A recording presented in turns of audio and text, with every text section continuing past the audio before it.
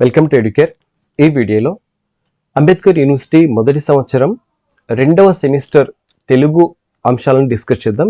ఇందులో ఖండం 2 ఇందులో ఉన్నటువంటి మొదటి భాగం తెలుగు ఇతర భాషలతో సంబంధాలు, రెండో భాగం పదాలు అర్థభేదాల గురించి డిస్కస్ చేద్దాం. ఆల్రెడీ నేను ఖండం 1 చేసి పెట్టాను, దాని యొక్క లింక్ నేను డిస్క్రిప్షన్లో ఇస్తాను, దాన్ని చూడండి.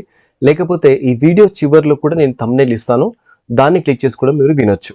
అయితే ఇక్కడ ఈ టాపిక్స్ ఏవైతే ఉన్నాయో తెలుగు ఇతర భాషలతో సంబంధాలు, అలాగే పదాలు అర్థభేదాలు, ఇవి మనం ఎంత డెప్త్కి చదివితే అంత కన్ఫ్యూజన్ వచ్చేస్తుంది అనమాట. కాబట్టి నేను మొత్తం కూడా చదివేశాను, మీ టెక్స్ట్ బుక్ మొత్తం కూడా చదివి అందులో మీకు ఎగ్జామినేషన్ పాయింట్ ఆఫ్ వ్యూలో ఎంత అవసరమో నేను అంత ఇస్తున్నాను.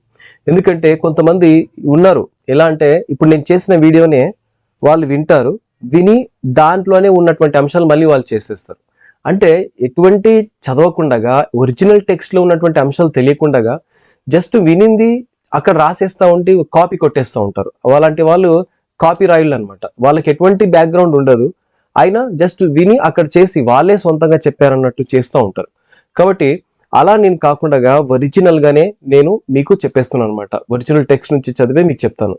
ఎందుకంటే చాలా మంది ఓపెన్ డిగ్రీ స్టూడెంట్స్ ఏదో ఒక పని చేసుకుంటూ ఉంటారు, వాళ్ళకు రెగ్యులర్ క్లాసెస్కి వినడానికి ఆ సమయం దొరక్క లేదా వీలు కాక ఉంటారు. అలాంటి వాళ్ళందరి కోసం నా వంతు సహాయంగా ఒక లెక్చరర్గా నేను నా స్టూడెంట్స్కి ఎలా హెల్ప్ చేస్తానో ఫ్రీగా, అలానే మీకు కూడా చేద్దామనే ఉద్దేశంతో నేను ఈ సిరీస్ స్టార్ట్ చేశాడు అనమాట. సో అందులో మొత్తం కూడా ఒరిజినల్ టెక్స్ట్ నుంచే నేను చేసి ఉంటాను. పూర్తిగా వినండి, రిపీటెడ్గా వినండి. మీరు మళ్ళీ బుక్ మెటీరియల్ పట్టే అవసరం లేదనమాట.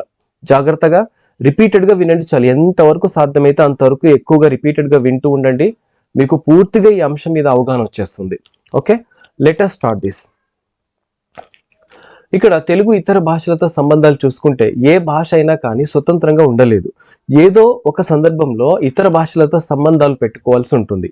అంటే ఇక్కడ భాష అంటే అదే సొంతంగా వెళ్ళి పెట్టుకోకపోవచ్చు, కానీ భాషను ఉపయోగించేటువంటి సమూహాలు ఏవైతే ఉన్నాయో అవి వేరే వేరే భాషల్లోకి వెళ్ళి కొన్ని పదాలు తెచ్చి తన సొంత భాషల్లోకి చేర్చి వాటిని మళ్ళీ ఎవ్రీడే లైఫ్లో ఉపయోగిస్తూ ఉంటారు అనమాట. ఇక్కడ ఏ భాషలైనా సరే ఇతర భాషలతో సంబంధాలు ఉంటేనే అవి అభివృద్ధి చెందుతాయి. స్వతంత్రంగా ఉంటే వాటి యొక్క పరిధి అనేటువంటి చిన్నగా అయిపోతుంది. తెలుగు భాషలైనటువంటి సంస్కృతం, కన్నడ, తమిళం వంటి భాషలు చాలా ఉన్నాయి. ఇలాంటి వాటన్నింటితో తెలుగు అనేటువంటి భాష సంబంధాలు పెట్టుకుని ఉందన్నమాట. అలాగే ఈ భాషలతో తెలుగుకు పరస్పర సంబంధాలు ఉన్నాయి. వీటితో పాటు పరాయి భాషలైనటువంటి అరబిక్, పారశిక, ఆంగ్ల భాషలతో కూడా తెలుగు సంబంధాలు పెట్టుకొని ఉంది. దీంతో ఈ భాషల నుంచి కూడా ఎన్నో పదాలు తెలుగు భాషలోకి వచ్చేసాయి. ఇక్కడ తెలుగును 21వ ద్రావిడ భాషల్లో ఒకటి అనమాట. ఈ ద్రావిడ భాషలు అంటే ఏంటి అంటే, ఒకటి ఉత్తర ద్రావిడ భాష ఉంది, రెండవది మధ్య ద్రావిడ భాష, అలాగే మూడవది దక్షిణ ద్రావిడ భాష అని చెప్పేసి. అంటే ద్రావిడ భాషల్లో తెలుగు అనేటువంటిది 21ది. అయితే అందులో ఇలా 3 రకాలైనటువంటి భాషలు ఉన్నాయి ద్రావిడ భాషలో కూడా, ఉత్తరం, మధ్యమ మరియు దక్షిణ అని చెప్పేసి. మళ్ళీ తెలుగు ఏ భాషకు సంబంధించింది అంటే తెలుగు మధ్య ద్రావిడ భాషకు సంబంధించింది. మధ్య ద్రావిడ భాషలో నాగరిక భాష ఏది అంటే అది తెలుగు మాత్రమే. మిగిలినటువంటి కొన్ని భాషలు ఉన్నాయి, అవేంటంటే గోండి, కొండ, పెన్గో, మాండలి, నాయకి, కువి వంటి భాషలన్నీ కూడా ఉన్నాయి. బట్ ఇవన్నీ కూడా ఆదివాసి భాషలు అనమాట. అలాగే తెలుగును 2008 సంవత్సరంలో ప్రాచీన భాషగా ప్రభుత్వం గుర్తించడం జరిగింది. తెలుగు భాష పదాలు క్రీస్తు పూర్వం 300 సంవత్సరాల క్రితమే శాసనంలో మనకు కనిపిస్తాయి. అయితే 2000 సంవత్సరాలకు పైగా తెలుగు భాషకు చరిత్ర ఉంది అన్నమాట. ఇక్కడ ఇతర భాషలతో సంబంధాలంటే తెలుగు భాషకు ఆంధ్రతో ఉన్నటువంటి సంబంధం ఏంటి చూద్దాం. చాలా వరకు తెలంగాణ అలాగే ఆంధ్రప్రదేశ్లో, ఇంతకు ముందు చూసుకుంటే ఆంధ్రప్రదేశ్లో ఉన్నటువంటి భాష ఆంధ్ర భాష అని చెప్పేసి మనం అనుకునే వాళ్ళం. తెలంగాణగా విడిపోయిన తర్వాత అప్పుడు మనకు తెలంగాణ యాసతో పాటు తెలంగాణకు ఒక ప్రత్యేక భాష ఉంది అని చెప్పేసి మనం అనుకున్నాం. మాట్లాడేది తెలుగే, కానీ అందులో మాట్లాడేటువంటి విధానంలో కొన్ని పదాల యొక్క సౌండ్స్ ఎలా ఉంటాయంటే డిఫరెంట్గా ఉంటాయి అన్నమాట. సో అలా అయితే ఫస్ట్ తెలుగు ఆంధ్ర భాషగా ఎలా ఉండింది, ఆ తర్వాత తెలంగాణ భాషగా ఎలా సపరేట్ అయింది, తెలంగాణ భాష మీద ఎటువంటి భాషల ప్రభావం చూపించాయనేటువంటిది ఇందులో చూస్తాం. తెలుగు భాషను ఆంధ్ర భాష అని కూడా అంటారు. ఇది సాధారణంగా భాష మాట్లాడే ప్రజల జాతిలో వాళ్ళను నివసించేటువంటి దేశం లేదా ప్రదేశం అని సూచిస్తుంది. దాదాపు ఆంధ్ర అనేటువంటి పదం ఒక స్థలానికి సంబంధించి ఉంటే ఆ ప్రాంతంలో మాట్లాడేటువంటి భాష తెలుగు. ఆ తెలుగు మాట్లాడేటువంటి వాళ్ళు ఆ ప్రాంతంలో ఉండటం వల్ల ఆంధ్ర తెలుగు లేదా తెలుగు ఆంధ్రగా అది చెప్పడం జరిగింది. క్రీస్తుపూర్వం 5వ శతాబ్దంలోనే ఐతరీయ బ్రాహ్మణంలో ఆంధ్ర అనేటువంటి శబ్దం మనకు వినిపిస్తుంది. అంటే ఇక్కడ ఆంధ్ర అంటే ఒక ఆంధ్ర జాతి అనేటువంటి ప్రస్తావన కూడా మనకు అర్థమవుతుంది. ఆంధ్రులు ప్రాకృత్యాన్ని మాట్లాడేటువంటి వారు. నర్మదా నది తీర ప్రాంతాల్లో ఉన్నటువంటి వాళ్ళు, అలాగే గోదావరి నది, కృష్ణా నది వాటి మధ్య ఉన్నటువంటి ప్రాంతాలు ఉన్నటువంటి వాళ్ళలోకి వీళ్ళు వలస వచ్చారు. మొదటగా ఆంధ్రులు ఎక్కడ ఉన్నారంటే నర్మదా నది తీర ప్రాంతాల్లో ఉన్నారు. వాళ్ళు క్రమంగా ఎక్కడికి వలస వచ్చారంటే కృష్ణా గోదావరి మధ్య ఉన్నటువంటి ప్రాంతానికి వలస వచ్చారు. వలస వచ్చి అక్కడ వాళ్ళు ఉన్నటువంటి ఆదిమ తెగ వాళ్ళు ఎవరైతే ఉన్నారో వాళ్ళను వశపరుచుకొని వాళ్ళను బలవంతంగా వాళ్ళ అధికారం కిందికి తెచ్చుకొని లోబర్చుకుని అని చెప్పొచ్చు. ఆ తెగలన్నింటిని లోబర్చుకొని వాళ్ళ మీద వీళ్ళ అధికారం చెలాయించడం ప్రారంభించారు అనమాట. అలా ప్రారంభించిన తర్వాత వీళ్ళు మాట్లాడేటువంటి భాష ఆంధ్ర భాష, అక్కడ నివసించేటువంటి ప్రజలు ఆంధ్రులు. కాబట్టి చాలా మంది ఆదిమ జాతి వాళ్ళంతా కూడా ఈ ఆంధ్ర జాతి కింద పరిపాలించబడింది అనమాట. కాబట్టి వీళ్ళ భాషను ఆంధ్ర భాష అని చెప్పేసి వాళ్ళు అక్కడ చెప్పడం జరిగింది. చరిత్రలో కూడా కొన్ని చోట్ల అలాగే రాశారు. తెలుగు పర్యాయ పదంగా ఆ రోజుల్లో తెనుగు అనేటువంటి పదం కూడా మనం చూడొచ్చు. అంటే తెనుగు అన్న తెలుగు అన్న సేమ్, రెండింటిని ఆ విధంగానే సంబోధించారు. అయితే ఇక్కడ తెనుగు ఈ ప్రాంతం కావచ్చు, తెలుగు అనేటువంటిది ఇక్కడ దక్షిణ ప్రాంతాన్ని కూడా సూచిస్తుంది. మరికొందరు ఈ ప్రాంతం ద్వారానే తెలంగాణకు వచ్చి వాళ్ళు ఇక్కడ స్థిరపడిపోయారు. అలాగే ఇక్కడ కృష్ణా నది కావచ్చు, అలాగే గోదావరి నది కావచ్చు, ఈ ప్రాంతాల మధ్య ఉన్నటువంటి ప్రాంతాన్ని ఇక్కడ త్రిలింగ ప్రాంతం ఉంది. ఈ త్రిలింగ ప్రాంతంలో నివసించేటువంటి ప్రజలు మాట్లాడేటువంటి భాష త్రిలింగ భాష లేదా తెలంగాణ భాష అని చెప్పేసి కూడా చెప్పడం జరిగింది. అయితే ఇక్కడ అలా కొంతమంది అభిప్రాయపడ్డారనమాట. అంటే తెలుగు ఎలా వచ్చింది అంటే ఇక్కడ త్రిలింగ ప్రాంతంలో వీళ్ళు స్థిరపడి ఉన్నారు కాబట్టి ఇక్కడ మాట్లాడేటువంటి భాష తెలుగు అని చెప్పేసి అన్నారు. అదే క్రమంలో తెలుగుగా రూపాంతరం చెందిందనమాట. అలాగే శబ్ద స్వరూపం కూడా మారిపోయింది, ప్రాచీనమైందని. ఈ శబ్ద స్వరూపం అనేటువంటిది చాలా ప్రాచీనమైందని మనకు నన్నయ్య చెప్తారనమాట. అంటే ఈయన కాలానికే తెలుగు అనేటువంటి శబ్దం అనేటువంటిది ప్రవేశించింది కాబట్టి అలా చెప్పడం జరిగింది. ఇక్కడ తెలుగు భాష ఇతర భాషలతో ఉన్నటువంటి సంబంధం ఏంటి చూద్దాం. తెలుగు భాషలో మనం కేవలం తెలుగు పదాలే మాట్లాడతామంటే లేదు, చాలా రకాలైనటువంటి భాష పదాలు మాట్లాడతాం. ఇప్పుడు చూడండి, మన ఫ్రెండ్స్ బయటికి వెళ్ళామంటే హైదరాబాద్కి ఒకసారి మనం అట్లా టీ తాగడానికి వెళ్తే చూస్తాం, అరే ఏంద్రే భయ్ ఏం చేస్తున్నావు ఇంకా రాలేదని చెప్పేసి, జర వెయిట్ చేయి నేను వస్తానని చెప్పేసి అంటారు. అలాగే ఈరోజు మస్తుగా ఉన్నావు ఏంది, ఈరోజు ఏమైనా దావత్ ఇస్తావా అని చెప్పేసి అంటారు. ఇక్కడ మనం కర్నూలు ఆంధ్ర ప్రాంతానికి వెళ్తే చెప్పండి ఏం తీసుకుంటారు, ఏవండి ఇలా పిలుస్తారనమాట. ఓకే, ఇలా కొన్ని పదాలు డిఫరెంట్గా ఉంటాయి. అన్నం తింటారా, ఓకే భోజనం తింటారా, ఇలా ఉంటుందన్నమాట. ఈ పదాలన్నీ చూడండి, ఇక్కడ మనం ఫస్ట్ నుంచి ఇక్కడ దాకా చూసుకుంటే జర వస్తా, మస్తుగున్నావు, దావత్ ఇస్తావా, ఇవన్నీ కూడా ఒక భాష, ఒక ఉర్దూ భాష యొక్క ప్రభావం దీని మీద ఉంది. అలాగే సంస్కృతం భాష యొక్క ప్రభావం ఏంటంటే అక్కడ ఆంధ్ర భాష ఆంధ్రలో ఎవరైతే నివసిస్తారో వాళ్ళ భాషల మీద ఉందన్నమాట దాని ప్రభావం. ఇక్కడ ఏమేమి ఉన్నటువంటి చూద్దాం. మన తెలుగు భాష ప్రాచీనమైనటువంటిది, ఇది ద్రావిడ కుటుంబానికి చెందినటువంటి భాష. ఆల్రెడీ మనం దీని గురించి తెలుసుకున్నాం. అయితే ఇది క్రీస్తుపురం 1000 సంవత్సరాల నుండి ఆవిర్భవించినట్లు ఆధారాలు చూపిస్తున్నాయి. తెలుగును వేరుగా ఒక భాషగా అభివృద్ధి కావడం అనేటువంటిది 5-6 శతాబ్దాల నుండే ప్రారంభమైంది. శాతవాహనుల కాలంలో తెలుగు భాషకు సంస్కృతం మరియు ప్రాకృతంతో ప్రత్యేకమైనటువంటి సంబంధం ఏర్పడింది. వీళ్ళ పాలన కాలంలోనే తెలుగు భాష తన విలక్షణమైనటువంటి లక్షణాన్ని ప్రదర్శించడం ప్రారంభించింది. క్రీస్తు శకం 575లో ఎర్రగుడి శాసనం అలాగే తెలుగు భాష అభివృద్ధికి ఒక ప్రతిబింబంగా నిలిచింది. తెలుగు పదజాలం విస్తరణలో విదేశీ భాషల ప్రభావం కూడా ఉంది. డచ్, ఫ్రెంచ్, ఇంగ్లీష్ వంటి భాషలు కూడా ఇక్కడ ఇందులోకి ప్రవేశించాయి. అలాగే అరబ్బీ, టర్కీ లేదా తుర్కీ మరియు ఇతర దేశీ భాషలు కూడా తెలుగు భాషలోకి కలిసి అక్కడ సమ్మిళితం అయిపోయాయి. భాష సమాజాల సమ్మేళనంలో తెలుగు భాష అనేటువంటి వ్యక్తీకరణ అవసరాలను తీర్చుకునేటువంటి విధంగా మారిపోయింది. అంటే మన తెలుగు కేవలం తెలుగు, ఈ రోజుల్లో ఉన్నటువంటి తెలుగు ఎన్నో సంవత్సరాల నుంచి ఏదో ఒక భాషలోకి వెళ్ళి కొన్ని పదాలు చేర్చుకుంటూ అలా వచ్చేసి ఈ రోజు తెలుగుగా మారిపోయింది. మన తెలుగు పదజాలం తత్సమాలు, తద్భవాలు, దేశ్యాలు అనేటువంటి 3 ప్రధాన వర్గాల్లో విభజించబడింది అనమాట. చూడండి, వీటి గురించి షార్ట్ క్వశ్చన్ వస్తుంది. తత్సమాలు అంటే ఏంటి, తర్వాత తద్భావాలు అంటే ఏంటి, దేశాలు ఏంటి, వీటి గురించి రాయండి అని చెప్పేసి అడుగుతారు. కాబట్టి ఇక్కడ చూడండి, నేను చెప్తాను వినండి. తత్సమాలు అంటే సంస్కృతం, ప్రాకృతం భాషల సమానమైనటువంటి పదాలు అందులోకి రావడం అనమాట. అలాగే తద్భవాలు అంటే సంస్కృతం, ప్రాకృతం నుంచి పుట్టినటువంటి పదాలు, గుర్తుపెట్టుకోండి. అలాగే దేశాలు అంటే మూల ద్రావిడ భాష నుంచి సంక్రమించేటువంటి పదాలు. అర్థమైంది కదా. తత్సమాలు అంటే ప్రాకృతం, సంస్కృతం భాషల సమానమైన పదాలు. ఓకేనా, సమానమైనటువంటి పదాలు అంటే తత్సమాలు, స్మాలు, సమాలు అని చెప్పేసి గుర్తుపెట్టుకోండి. తద్భవాలు అంటే సంస్కృతం, ప్రాకృతం నుంచి పుట్టినటువంటి పదాలు అవి. దేశాలు అంటే ఏంటి, మూల ద్రావిడ భాష నుంచి సంక్రమించినటువంటి పదాలు అవి. ఇక్కడ శాస్త్రీయ వర్గీకరణలో దేశం మరియు దేశేతరం అనేటువంటి 2 భాగాలు కూడా ఉన్నాయి. ఇక్కడ దేశం అంటే ఏంటి అంటే స్వదేశంగా, అంటే మన దేశంలో, భారతదేశంలో ఉన్నటువంటి భాష అన్నమాట.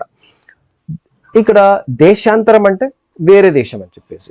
దేశం అంటే అసలు తెలుగు పదాలన్నీ కూడా ఇక్కడే ఉంటాయి, అంటే స్థానికంగా మాట్లాడే పదాలన్నీ కూడా ఇక్కడ దేశంలో ఉంటాయి.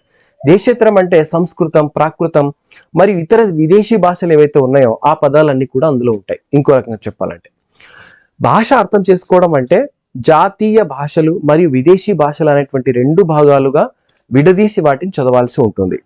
జాతీయ భాషలు అంటే భారతదేశంలో మాట్లాడేటువంటి భాషలన్నీ కూడా అవి. విదేశీ భాషలు అంటే భారతదేశానికి ఆవల ఉన్నటువంటి భాషలు అని చెప్పేసి మనం అర్థం చేసుకోవాలి.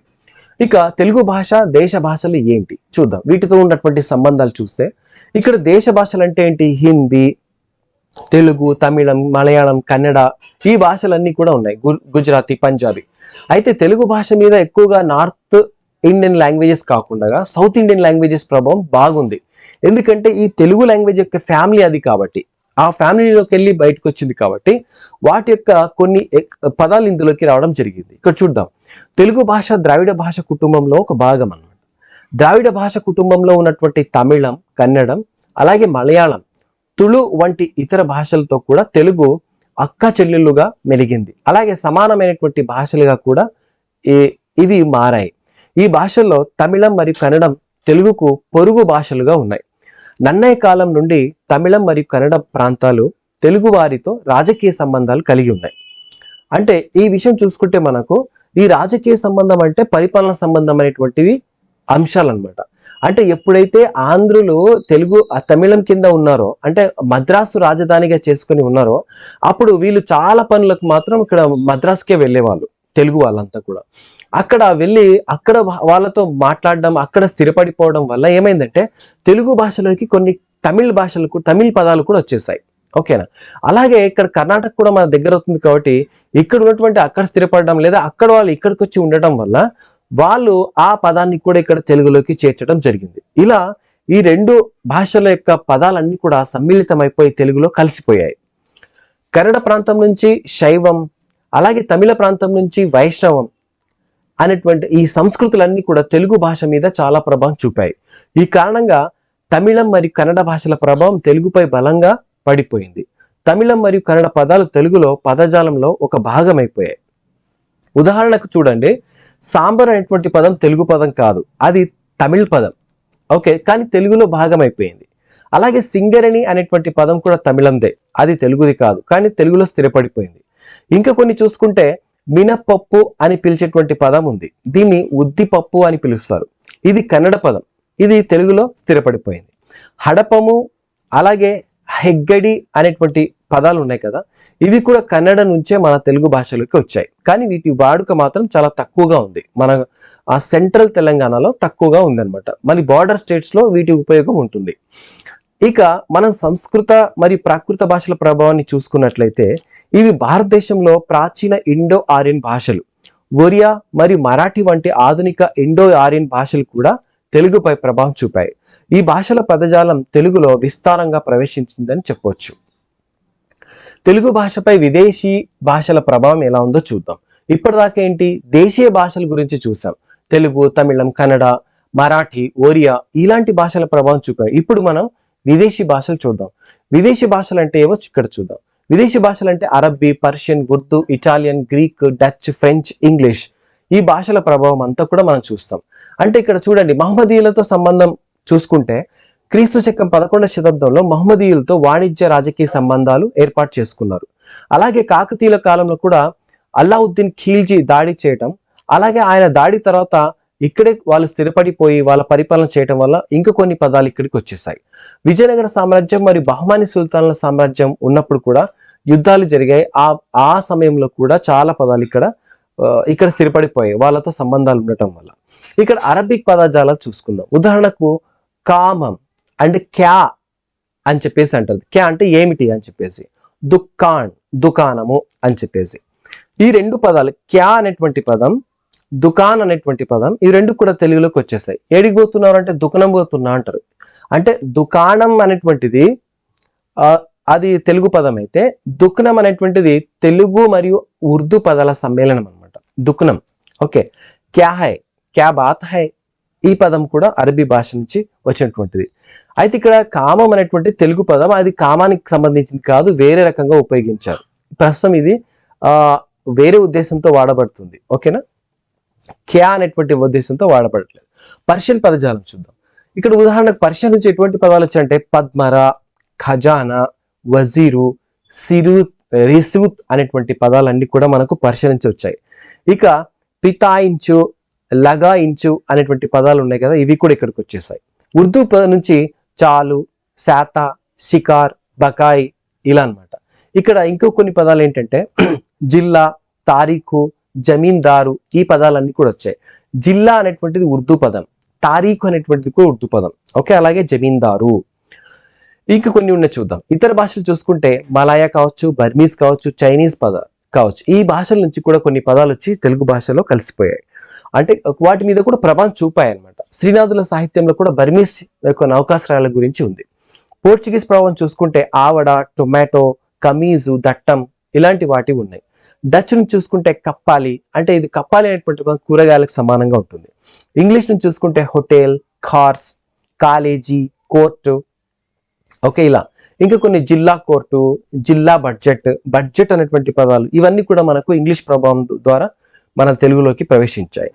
ఇలా మన తెలుగు భాష స్వచ్ఛంగా ఉండటం అనేటువంటిది చాలా కష్టమైపోయింది. ఎందుకంటే ఇక్కడ మనిషి బతకడం కూడా కష్టమే, స్వచ్ఛంగా తెలుగు మాట్లాడడం కూడా కష్టమే. స్వచ్ఛంగా తెలుగు మాట్లాడితే ఎవరికి అర్థం కాదు.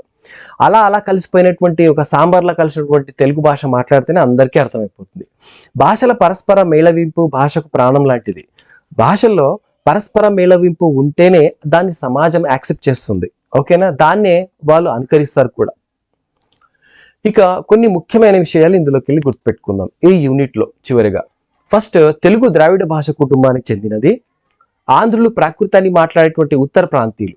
వీరు తెలుగువారు నివసిస్తున్నటువంటి కృష్ణా, గోదావరి ప్రాంతాలకు వలస వచ్చి ఇక్కడే స్థిరపడిపోయారు. తెలుగు జాతి ప్రాచీనమైనది. తెలుగు వారి భాష సంస్కృత, ప్రాకృత భాషల సంబంధంతో కొత్త పదజాలాన్ని సమకూర్చుకొని 10వ శతాబ్దం నాటికి సమగ్రమైనటువంటి వ్యవహార భాషగా ఇది రూపాంతరం చెందింది. ఇరుగు పొరుగు ప్రాంతాలైనటువంటి తెలుగు, తమిళ్, కన్నడ, మరాఠా, ఒరియా భాషల ప్రభావంతో కూడా తెలుగు పదజాలం పెరిగింది. పోర్చుగీసు, డచ్ పదజాలం కూడా తెలుగులో ప్రవేశించింది. అలాగే ఇంగ్లీష్ భాష కూడా తెలుగులో ప్రవేశించింది. భాషల మధ్య పరస్పర సంబంధాలకు భౌగోళిక, రాజకీయ, మత, సాంస్కృతిక ప్రమేయాలు కూడా అనేకంగా ఉంటాయి. ఇతర భాషల నుంచి భావాలను, భావబోధకాలైనటువంటి పదాలను యథాతథంగానో లేదా కొద్దిపాటి ధ్వని మార్పుతో దాన్ని అరువు తెచ్చుకోవడం భాష యొక్క లక్షణం. అరువు తెచ్చుకోవడం అంటే బారోయింగ్ లాంగ్వేజ్ అంటారు. ఓకేనా, ఇది ప్రతి భాషలో కూడా జరుగుతుంది. ఇందులో వచ్చేటువంటి ఇంపార్టెంట్ క్వశ్చన్స్ ఏంటో చూద్దాం. దేశ భాషల నుంచి తెలుగు భాషకు సమకూడిన సంపద గురించి రాయండి. అంటే దేశ భాషల్లో నుంచి తెలుగులోకి వచ్చినటువంటి పదాలు ఏమేమి, దాని ద్వారా తెలుగు భాష ఏ విధంగా అభివృద్ధి చెందిందా అనేటువంటి విషయం ఇందులో రాయాలి. అన్య దేశ భాషల నుంచి తెలుగుకు సంక్రమించినటువంటి పదజాలం గురించి కారణాలతో వివరించండి అన్నాడు. అంటే విదేశీ భాషల గురించి. భాషల మధ్య ఆదాన ప్రదానాలు ఏ కారణాల వల్ల జరుగుతాయో వివరించండి. తత్సమాలు తద్భవాలు అంటే ఏమిటి? ఆంధ్రము తెలుగు ఈ రెండు పదాలు ఒకదానికొకటి పర్యాయ పదమా కాదని నిరూపించండి. ఎస్, ఆంధ్రము వేరు, తెలుగు వేరు. ఇక్కడ కృష్ణ గోదావరి ప్రాంతాల మధ్య నివసించేటువంటి ప్రజలు మాట్లాడేటువంటి భాష తెలుగు. ఓకేనా. ఆంధ్రము అంటే ఎవరైతే నర్మదా నది తీర ప్రాంతంలో ఉన్నారో, ఎవరైతే ప్రాకృతం మాట్లాడతారో వాళ్ళు ఇక్కడికి వచ్చి స్థిరపడిపోయారు కదా, ఆ ప్రాంతాన్ని ఆంధ్రం అంటారు. ఓకేనా. ఈ అలా ఆ విధంగా డిఫరెన్స్ ఉంది అంటే ఇంకా చాలా ఎక్కువ ఉంది. నేను జస్ట్ లైట్ గా చెప్పాను. అది ఇంకా మీకు డెప్త్గా చదివితే ఈ విషయం క్లియర్గా అర్థమైపోతుంది. ఇక్కడ 5 ఇంపార్టెంట్ క్వశ్చన్స్ ఉన్నాయి కదా, ఇందులోకి వెళ్ళి ఏవైనా 3 తప్పకుండా వస్తాయి ఎగ్జామినేషన్లో. ఓకేనా. ఒక్కొక్కసారి ఒక్కొక్క సిరీస్లో వస్తూ ఉంటాయి, బట్ అందుకని నేను 5 ఇచ్చాను. ఇందులో ఏవైనా రావచ్చు, బట్ అన్ని కూడా చదవండి. నెక్స్ట్ టాపిక్ చూద్దాం, పదాలు అర్థభేదాలు. ఇందులో పదాలు అర్థభేదాలు, ఒక్కొక్క పదం ఒక్కొక్క విధంగా మనం ఉపయోగిస్తూ ఉంటాం. జనరల్గా మనం రోజు మాట్లాడేటువంటి మాటలకు, ఫ్రెండ్స్తో మాట్లాడేటువంటి మాటలకు, పేరెంట్స్తో మాట్లాడేటువంటి మాటలకు చాలా అర్థాలు వేరుగా ఉంటాయి. ఇంకొక చెప్పాలంటే ఆడవారి మాటలకు అర్థాలు ఇంకా వేరుగా ఉంటాయి. ఓకేనా, అదనమాట. అలాగని ఇక్కడ మగవాళ్ళు మాట్లాడేటువంటి మాటలకు అర్థాలు వేరుగా ఉండవని కాదు, ఉంటాయి. కానీ ఆడవాళ్ళ మాటలకైతే ఇంకా డిఫరెంట్గా ఉంటాయని చెప్పేసి మనం వింటూ ఉంటాం. ఏదేమైనా కానీ ఇద్దరు మాట్లాడేటువంటి మాటలకు అవసరాన్ని బట్టి అర్థాలు వేరుగా ఉంటాయి. ఎలా ఉంటాయంటే చూద్దాం. ఏరా వచ్చావా అని చెప్పేసి అడిగారు అనుకోండి, ఏంటి నన్నే ఏరా అని పిలిచేటువంటి స్థాయికి వచ్చావా అని ఇలా అర్థమవుతుంది వాళ్ళకు. ఇంకోటి చూడు ఎంత ప్రేమగా పిలుస్తున్నాడు, నన్ను ఏరా వచ్చావా అని చెప్పేసి మా అన్నయ్య పిలిచాడు అని చెప్పేసి ఇలా అనుకుంటాం. అంటే ఇక్కడ మనం దాన్ని రిసీవ్ చేసుకునే దాన్ని బట్టి, అక్కడ సిచ్యువేషన్ని బట్టి ఆ పదాన్ని యొక్క అర్థాలు వేరుగా మారిపోతూ ఉంటాయి. అవి కొన్ని చూద్దాం ఇక్కడ డీటెయిల్డ్గా. ఇందులో మనం చర్చించబోయేటువంటి అంశాలు ఏమేమి ఉంటాయంటే, పదానికి అర్థానికి ఉన్నటువంటి సంబంధం, ఆ తర్వాత సందర్భ సాహచర్యాలను బట్టి అర్థం ఏ విధంగా మారుతుందో దాన్ని చర్చిస్తాం. శబ్ద వృత్తులు అంటే ఏంటి వాటి గురించి చూద్దాం. వాచ్యార్థం, లక్ష్యార్థం, వ్యంగ్యార్థం వీటి గురించి కూడా చదువుతాం.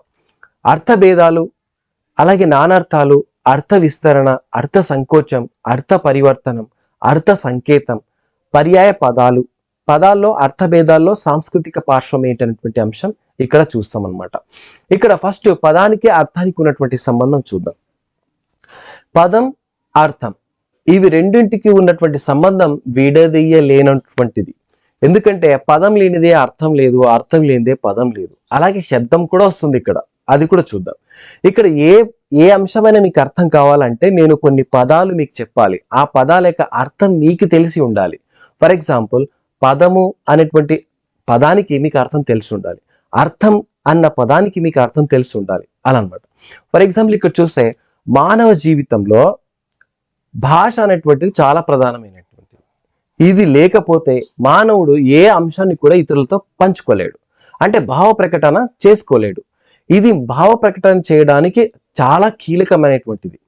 భావాలను వ్యక్తం చేయడానికి భాష ఆధారం అయితే, అది భాష అని గుర్తించడానికి వాక్యం అనేటువంటిది ఉండాల్సిందే. ఫర్ ఎగ్జాంపుల్, ఇప్పుడు మనం అన్నం తిన్నావా అని చెప్పేసి అంటాం. అంటే దీని అర్థం ఏంటి? నువ్వు అన్నం తినడం జరిగిందా లేదా చెప్పు అని చెప్పేసి. తినకపోతే తినిపిస్తా, ఓకే తినలేమంటే ఇద్దరం కలిసి కూర్చొని తిందాం అని చెప్పేసి. ఇంకోటి, ఆల్రెడీ తినొచ్చావా దున్నపోతు మాదిరిగా నన్ను పిలవకుండాగా అని ఇలా కూడా మీనింగ్ వస్తుంది అనమాట. అంటే అన్నం తిన్నావా అన్నటువంటి ఒక్క మాటకు అర్థాలు ఇలా ఉంటాయన్నమాట. అంటే ఎవరు ఎలా రిసీవ్ చేసుకుంటారు అనేటువంటిది అది వారి వ్యక్తిగతంగా ఉంటుంది. ఓకేనా. కానీ అర్థం వెనుక ఉన్నటువంటి భావం వేరు.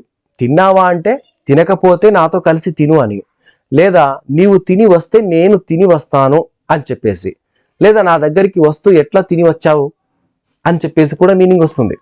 అంటే తిన్నావా అంటే తిన్నా అంటే ఎంత దుర్మార్గుడవరా నువ్వు, నేనే తినలేదు ఇక్కడ ఉండి అప్పుడే తిని వచ్చేసావా నాకు అని చెప్పేసి అంటారు అనమాట. అంటే ఇలా చాలా రకాలుగా అర్థం చేసుకుంటారు. అలా రావడానికి కారణాన్ని మనం సందర్భాన్ని బట్టి అర్థం చేసుకోవాలి. ఓకేనా. పదాలకు ఉన్నటువంటి అర్థాలు మారడానికి కాలం, దేశం, మారుతున్న సమాజం, వ్యక్తీకరించేటువంటి తీరు ఇవన్నీ కూడా కారణమవుతాయి. అవి సింపుల్గా మారవన్నమాట. కాబట్టి పదానికి ఇంత అర్థం అని భావించాల్సిన అవసరం లేదు. అలాగే ఇదే అర్థం ఎప్పటికీ ఉంటుందని కూడా మనం ఫిక్స్ చేయలేం. అంటే నియతమైనటువంటి అర్థం ఎప్పుడు ఉండదు, ఎప్పుడు మారుతూనే ఉంటుందన్నమాట. అలాగే ఇక్కడ మానవ జీవన వ్యవహారంలో భావాలు కావచ్చు, వస్తువులు ప్రధాన పాత్రను కూడా పోషిస్తాయి. ఇంకా కొన్ని చూస్తే కొన్ని భావాలు, కొన్ని వస్తువులు, కొన్ని జంతువులు, కొన్ని పేర్లు, ఇవన్నీ కూడా ప్రధాన పాత్రని పోషిస్తాయి. ఫర్ ఎగ్జాంపుల్ చూడండి, మనం చెట్టు, పుట్ట, పక్షి, జంతువు వీటిని గుర్తించడానికి ఒక పదం పెట్టుకున్నాం. అంటే ఒక పచ్చగా ఉండేటువంటిది అది చెట్టు, అది కొమ్మలు కలిగి ఉంటుంది. అలాగే కింద నేలపైన పరుచుకొని ఉన్నటువంటి పచ్చనిది ఏంటంటే గడ్డి అని దానికి పేరు పెట్టాం. అలాగే పుట్ట, అది మట్టితో నిర్మించినటువంటిది పుట్ట. పక్షి, ఎగిరేటువంటిది గాలిలో. ఇలా ప్రతిదీ కూడా ఉంది, అది కూడా దాని సైజుని బట్టి మారుతుంది. అలాగే గాలిలో దోమ కూడా ఎగురుతుంది, దాని పక్షి అనలేం కదా. అలా జంతువు, వీటిని గుర్తించడానికి ప్రతి ఒక్కదానికి ఒక పదాన్ని మనం సృష్టించాం. ప్రతి దానికి ఒక పదం ఉంది. ఓకేనా. మనకు కలిగేటువంటి భావాలకు కూడా ప్రతి భావానికి మనం ఒక పేరు పెట్టాం. ఫర్ ఎగ్జాంపుల్ ప్రేమ, ద్వేషం, కోపం, ఇలాంటివన్నీ కూడా. అంటే ఇవన్నీ కూడా ఎన్నో సంవత్సరాల నుంచి సమాజం గుర్తించింది. ఆ గుర్తించినటువంటి ఆ పదాలను మనం ఉపయోగించడం వల్ల మనలో ఉన్నటువంటి భావాలు వాళ్ళకి అర్థమవుతున్నాయి.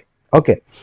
వీటిని ధ్వని చిహ్నాల ద్వారా వ్యవహరిస్తారు. వేరు భాషల్లో వేరు వస్తువులకు వేరు పదాలు ఉండొచ్చు, బట్ ఒకే వస్తువు ఉండొచ్చు కానీ వాటికి వేరు పదాలు ఉండొచ్చు. ఓకేనా. అవి ఎలాంటివంటే, ఫర్ ఎగ్జాంపుల్ చెట్టు అనేటువంటి తెలుగు అయితే సంస్కృతంలో వృక్షం అని అంటారు, ఆంగ్లంలో ట్రీ అని అంటారు, హిందీలో పేడ్ అని, తమిళంలో మరం అని చెప్పేసి. ఇక్కడ వస్తువు ఒకటే కానీ వాటికి ఉన్నటువంటి పేర్లు వేరు, శబ్దం వేరు. ఓకే. విభిన్న భాషల్లో భిన్న ధ్వని సంకేతాలు ఒకే భావాన్ని కలిగి ఉంటాయి. పదానికి క్రింది లక్షణాలు ఉంటాయి. అవేంటంటే, పదం అన్నది ఒక భావానికి సంబంధించింది లేదా వస్తువుకు సంబంధించినటువంటిది. ఇది సమాజం ఏర్పరిచినటువంటి ఒక గుర్తు అనమాట. పదం అన్నది సంపూర్ణ అర్థాన్ని ఇచ్చేటువంటి సమ్మేళనం. పదానికి ఉన్న అర్థాన్ని నిర్ణయించడంలో వక్త, శ్రోత ఈ రెండింటి మధ్య సంబంధం ప్రధానం. ఆ పదాన్ని ఉచ్చరించిన వారికి, విన్నవారికి దాని యొక్క అర్థం తెలియాలి. తెలియకపోతే అది ప్రయోజనం ఉండదు. పదానికి ఉన్న ప్రధాన లక్షణం ఇంకోటి ఏంటంటే అర్థాన్ని ఇవ్వటం. నేను ఇన్ని పదాలు మాట్లాడ్డాను, ఇన్ని పదాలకు అర్థం మీకు తెలిస్తేనే ఈ క్లాస్ మీకు అర్థమవుతుంది, లేకపోతే అర్థం కాదు. ఓకే. అసలు అర్థం అంటే ఏంటి చూద్దాం. ఒక పదం పలకగానే దాని యొక్క స్వరం మనకు రావాలి. ఓకే. దాని యొక్క అర్థం మన స్వరానికి రావాలి. అటువంటి పరిస్థితి దానికి ఉండటమే దాని యొక్క లక్షణం. ఒక భాష మాట్లాడేటువంటి వాళ్ళ మధ్య పరస్పర అవగాహన ఉంటుంది. ఆ అవగాహననే అర్థం అనమాట. ఇప్పుడు నేను ఒక పదం పలికాను, ఈ పదం యొక్క స్వరం మీకు అర్థం అవ్వాలి. అర్థమైతే అది ఒక పదంగా ఉంటుంది. అలాగే ఒక అవగాహన కూడా రావాలి. అవగాహన ఉంటేనే దానికి అర్థం ఉన్నట్టు, అవగాహన లేకపోతే అర్థమే లేనట్టు.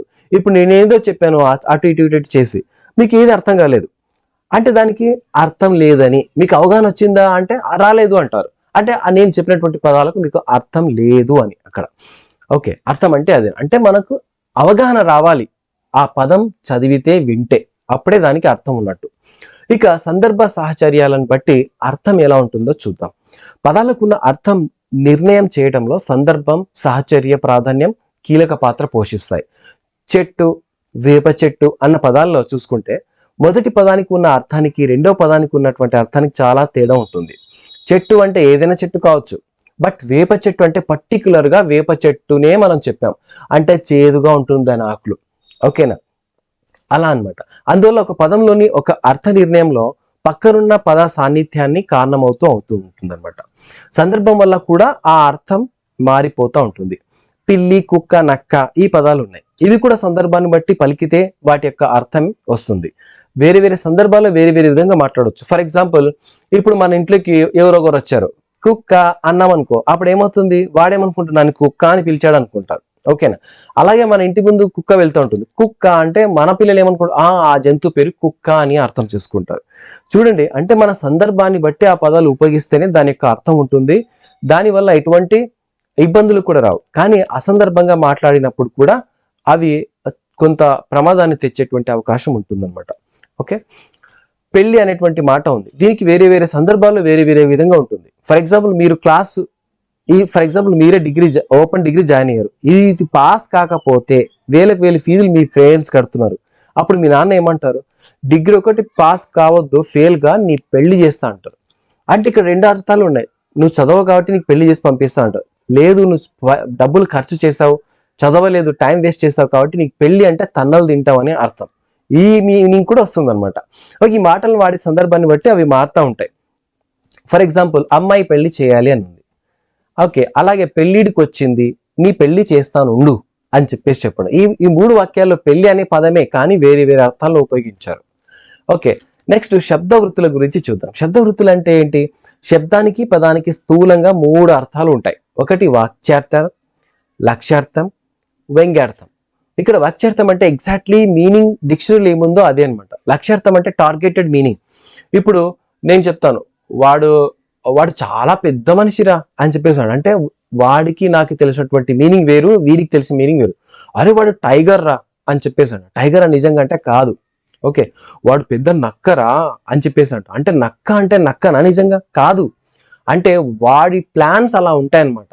వ్యంగ్యార్థం అంటే ఐరానికల్ గా చెప్పడం, అంటే ఒకటి అనుకొని ఇంకొకటి చెప్పడం, అంటే వేరే వేరే మీనింగ్ తో చెప్పడం, డబుల్ మీనింగ్ తో చెప్పేటువంటి సందర్భాలు కూడా ఇందులో వస్తాయి. ఓకే, వీటిని మనం శబ్ద వృత్తులు అంటారు. అంటే శబ్దం అనేటువంటిది ఇలాంటి వృత్తులు చేస్తూ ఉంటుంది. ఓకే, అర్థభేదాలు ఒక విభజన చూసుకుంటే ఒక్కొక్క అర్థం అంటే ఏంటి, శబ్దం, సంకేతం, ఇవన్నీ గురించి జస్ట్ బ్రీఫ్ అన్నమాట ఇది. ఓకే, పదానికి అర్థం అనేటువంటి సహజమైన లక్షణం కాదు. శబ్దానికి అర్థాన్ని కల్పించుకునే సంకేతంగా వాడుతున్నాం. ఆ సంకేతం తెలియనప్పుడు ఆ శబ్దం అనేటువంటిది అర్థం కాదు. ఇప్పుడు విభజన అనేటువంటి ఒక పదం ఉంది. దీన్ని ఇలా రాశాను, విభజన అని చెప్పేసి. విభజన అని పలికిన తర్వాత ఆ శబ్దం మీకు అర్థం కావాలి. అర్థం కాకపోతే వేస్ట్, ఆ సంకేతం ఉండి కూడా వేస్ట్. అందుకే మనం ఒక కొత్త భాషను విన్నప్పుడు మనకేమీ అర్థం కాదు. అలా అర్థం కానప్పుడు ఏంటి, మనం రెస్పాన్సివ్. ఇలా ఒక్కొక్క సమాజంలో ఒక్కొక్క రకమైనటువంటి జీవన శైలి ఉంటుంది. దాని ఆధారంగానే ఆ పదాల యొక్క విభజన జరిగి ఉంటుంది. ఫర్ ఎగ్జాంపుల్ చూడండి, పార్టీ ఇస్తున్నాను రండి అని చెప్పేసి బాగా రిచ్ ఉన్నటువంటి మనిషి మాట్లాడితే, ఓ పార్టీ ఇస్తాడంటే మందు దాపుతాడు, బీరు దాపుతాడు, అన్నీ ఉంటాయి అక్కడ అని చెప్పేసి ఎంజాయ్ చేయొచ్చు అని చెప్పి మీరు అనుకుంటారు. అలాగే ఒక పేదవాడు పార్టీ ఇస్తాడంటే మీరేమనుకుంటారు, ఏముంటుంది వానికే సరిగా లేదు, మనకేం పార్టీ ఇస్తాడు, పోతే అన్నం పప్పు పెట్టి పంపిస్తాడు, నీళ్లు దాపుతాడు అంతే, వాడి పార్టీకి వెళ్తే మనం తినేవి ఇవే అని చెప్పేసి కూడా అనుకోవచ్చు. ఇంకొకటి, పార్టీ ఇస్తా అని చెప్పేసి ఒక బ్రాహ్మణుడు అని చెప్పాడు అనుకోండి, మీరు మటన్ చికెన్ ఎక్స్పెక్ట్ చేస్తారా? చేయరు. నెయ్యి, అన్నం, పప్పు, చట్నీ ఇది. అలాగే వేరే వాళ్ళు, మీ ఫ్రెండ్స్ బాగా మటన్ తినేటువంటి వాళ్ళు లేదా చికెన్ ఇష్టపడే వాళ్ళు, నాన్ వెజ్ తినే వాళ్ళు పార్టీ ఇస్తా అంటే మీరేం ఎక్స్పెక్ట్ చేస్తారు? పప్పు అన్నం ఎక్స్పెక్ట్ చేస్తారా? చేయరు కదా. అలా అన్నమాట. అంటే కొన్ని కొన్ని సంస్కృతులను బట్టి, సమాజాలను బట్టి కూడా అక్కడ వాటి యొక్క మీనింగ్ మారిపోతూ ఉంటుంది. ఓకే, ఇక నానార్థాలు చూద్దాం. ఇది షార్ట్గా అనమాట. ఇక్కడ నుంచి అన్ని కూడా షార్ట్గా ఉన్నాయి. జస్ట్ వాటి యొక్క బ్రీఫ్ ఎక్స్ప్లెనేషన్ ఇస్తాను. నానార్థాలు అంటే మీకు తెలిసినవే అయినా కూడా నేను చెప్తాను. మనం ఒక పదాన్ని పలికినప్పుడు ఒక్కోసారి ఆ పదానికి ఒకటి కంటే ఎక్కువ అర్థాలు వచ్చేటువంటి వీలు ఉంటుంది. అలా ఒకే పదానికి ఒకటి కంటే ఎక్కువ అర్థాలు ఉంటే దాన్ని నానార్థాలు అంటారు. ఓకేనా, double meaning, different different meanings రావడం. ఆ డిఫరెంట్ డిఫరెంట్ మీనింగ్స్ సంబంధించిన ఎగ్జాంపుల్స్ ఏంటి, చాలా పదాలు ఉన్నాయి, అవి మీరు అక్కడ ఎగ్జాంపుల్ గా రాయొచ్చు, డైలీ తెలుగులో మాట్లాడేటువంటి పదాలన్నీ. ఆ తర్వాత అర్థ విస్తరణ గురించి చూద్దాం. ఇది బ్రీఫ్ గా చెప్తాను, వీటి గురించి పర్టికులర్ గా అడగకపోవచ్చు, కానీ అయినా ఒకసారి వింటే బాగుంటుందని నేను చెప్తున్నా. ఒక కాలంలో ఒక ప్రత్యేకమైనటువంటి వస్తువును చెప్పే పదం అనమాట ఇది. కాలక్రమాన సామాన్యంగా ఒక జాతిని సూచించేటువంటి పదం విస్తృతి పొందవచ్చు. అలా జరిగినప్పుడు దాన్ని అర్థ విస్తరణ అని అంటారు. అర్థ సంకోచం అంటే దాన్ని చూడండి, అర్థ విస్తరణ అంటే దాని యొక్క అర్థం విస్తరించవచ్చు, అంటే ఉన్నదానికంటే ఎక్కువ కావచ్చు. అర్థ సంకోచం అంటే ఉన్నదానికంటే తక్కువ కావచ్చు దాని యొక్క అర్థం. ఒక పదానికి ఉన్న అర్థం విస్తరించి ప్రత్యేకం నుండి సామాన్యానికి మారినట్లయితే సామాన్య నుండి ప్రత్యేకానికి మారడం కనిపిస్తుంది. ఒక వాటి కాలంలో సామాన్య అర్థంగా ఉన్న పదం తర్వాతి కాలంలో విశేష స్థితికి చేరడం అర్థ సంకోచం. అంటే దాన్ని ఎక్కువగా ఉపయోగించరు అనమాట. అర్థ పరివర్తనం, ఈ రూపం నుంచి ఇంకొక రూపానికి మారిపోవడం. ఒక పదానికి కాలక్రమంలో అర్థం మారుతూ ఉంటుంది, మనం గమనిస్తూ ఉంటాం. అట్లా ఒక పదానికి ఉన్న అర్థం మారుతున్నప్పుడు దాన్ని మనం ఇక్కడ అర్థ పరివర్తనం అంటారు. అర్థ సంకేతం, దీన్నే పరిభాష, సాంకేతిక అర్థం అని కూడా చెప్పొచ్చు. ప్రతి శాస్త్రము తాను చెప్పదలుచుకున్న భావాలకు అనుగుణంగా అందుకు తగిన సంకేతం ఇచ్చేటువంటి పదాన్ని సిద్ధం చేసుకుంటుంది. ఇక పర్యాయ పదాలు చూద్దాం. పర్యాయ పదాలు అంటే ఈ పదం కాకుండా వేరే పదం ఉండటం, అంటే దానికి బదులుగా వేరే వేరే ఉపయోగించడం. అంటే విభిన్న అర్థం గలటువంటి పదాలు ఒక అక్షరానికి, ఒక పదానికి సరిపోతాయా అలా వేరే వేరుగా ఉపయోగించడం. ఫర్ ఎగ్జాంపుల్, వివాహానికి పర్యాయ పదం ఏంటంటే పెళ్లి. ఓకే, ఇంకొకటి ఉద్వాహం, పాణిగ్రహణం, మనువు, సముద్వాహము, కళ్యాణము, పాణిబంధం, ఇలా అన్ని పదాలు మనకు పర్యాయ పదాలుగా పెళ్లికి చెప్పుకోవచ్చు. ఇక పదాల అర్థభేదాల సాంస్కృతిక పార్శ్వం ఎలా ఉంటుందో చూద్దాం చివరిగా. ఇక్కడ పదాలకు అర్థం ఏర్పడడానికి ఎన్నో రకాల కారణాలు ఉంటాయి. వీటన్నింటిలోనూ ఒక పదానికి ఒక అర్థం చెప్పడంలో సంకేతం అనేటువంటిది కీలక పాత్ర పోషిస్తుంది. సంకేతం ఏర్పడడంలో కొన్ని చోట్ల సంస్కృతి కూడా కారణమవుతుంది. ఫర్ ఎగ్జాంపుల్ ఇక్కడ పసుపు నిండుకుంది, ఓకే, బియ్యం నిండుకున్నాయి, ఉప్పు నిండుకుంది, పప్పు నిండుకుంది, ఇలా చెప్తా ఉంటారు. అంటే ఒక్కొక్క రకంగా వేరే వేరే భాషల యొక్క పదం అక్కడ పార్శ్వం కనిపిస్తూ ఉంటుంది. ఇక్కడ వాయుపుత్రుడు అనేటి ఉంటుంది. దీని అర్థం ఏంటంటే వాయు అంటే గాలి, పుత్రుడు అంటే కొడుకు లేదా పుట్టినవాడు అని చెప్పేసి. మళ్ళీ దీన్ని ఇలాగే వాడతామా? దీని మీనింగ్ ఏంటి? ఓకే, సంస్కృత పదం ఏంటంటే వాయుపుత్రుడు, మళ్ళీ తెలుగులో దీన్ని చెప్పండి అంటే గాలికి పుట్టినోడు అని చెప్పేసి అంటే బాగుంటుందా? కానీ వ్యవహారంలో వాయుపుత్రుడు అనే ఉపయోగిస్తాం. ఎందుకంటే అది మన తెలుగులో ట్రాన్స్లేట్ చేస్తే గాలి కొడుకు అని చెప్పేసి వస్తుంది. పుత్రుడు అంటే కొడుకు కదా, గాలి కొడుకు అంటే అది దాని యొక్క మీనింగ్ చాలా పెద్దగా అవుతుంది, గొడవలు కూడా అవుతాయి. ఓకే, అలా అనడాన్ని మనం వేరే అర్థాల్లో ఉపయోగిస్తూ ఉంటాం. ఇలా ఒక అర్థానికి రెండు పదాలు ఉన్న సంస్కృతి పరమైనటువంటి కారణాల చేత ఒక్కొక్క ఆ సమయానికి తగ్గట్టుగా ఆయా పదాలను ఉపయోగిస్తూ ఉంటాం. గాలి కొడుకు అని చెప్పేసి మన సంస్కృతిలో ఉపయోగించేటువంటిది లేదు, కానీ దాన్ని మనం సంస్కృతంలో ఉన్నటువంటి పదాన్ని అలాగే తెలుగులో ఉపయోగిస్తాం, వాయుపుత్రుడు అని చెప్పేసి. ఇలా చాలా పదాలు ఉన్నాయి. ఇందులో కొన్ని ముఖ్యమైనటువంటి విషయాలు గుర్తుంచుకోండి మరొకసారి. పదానికి అర్థం సంకేతం వలన వస్తుంది. భావాన్ని వ్యక్తం చేయడానికి ఏర్పరచుకున్నటువంటివే పదాలు. పదానికి ఉన్న అర్థం నిర్ణయించడంలో వక్త శ్రోత వీళ్ళిద్దరి మధ్య సంబంధం ప్రధానం. భిన్న వ్యక్తుల భావాల వ్యవహారంలో ఏకాభిప్రాయమే అర్థం. పదాలకు మనం ఇచ్చుకునేటువంటి వ్యవహార ధర్మం అర్థం. పదాలకు అర్థ నిర్ణయం చేయడంలో సందర్భం, సాహచర్యం ప్రాధాన్యం వహిస్తాయి. పదాలకు వాచ్యార్థం, లక్ష్యార్థం, వ్యంగ్యార్థం ఇవన్నీ కూడా ఉంటాయి. ఒక పదానికి ఒకటి కంటే ఎక్కువ అర్థాలు వస్తే దాన్ని నానార్థాలు అంటారు. నానార్థాలు ఏర్పడే పద్ధతి 4 విధాలుగా ఉంటుంది. ఓకే, అర్థ సంకేతాన్ని పరిభాష, సాంకేతిక అర్థం అని కూడా అంటారు. ఒక అర్థానికి అనేక పదాలు ఉంటే దాన్ని పర్యాయ పదాలని, సమాన అర్థాలని చెప్పేసి కూడా అంటారు. పదాలకు అర్థం ఏర్పడటంలో సాంస్కృతిక సంకేతం కూడా ఉంటుంది. ఇవి ఈ అంశానికి సంబంధించినటువంటి పదాలు.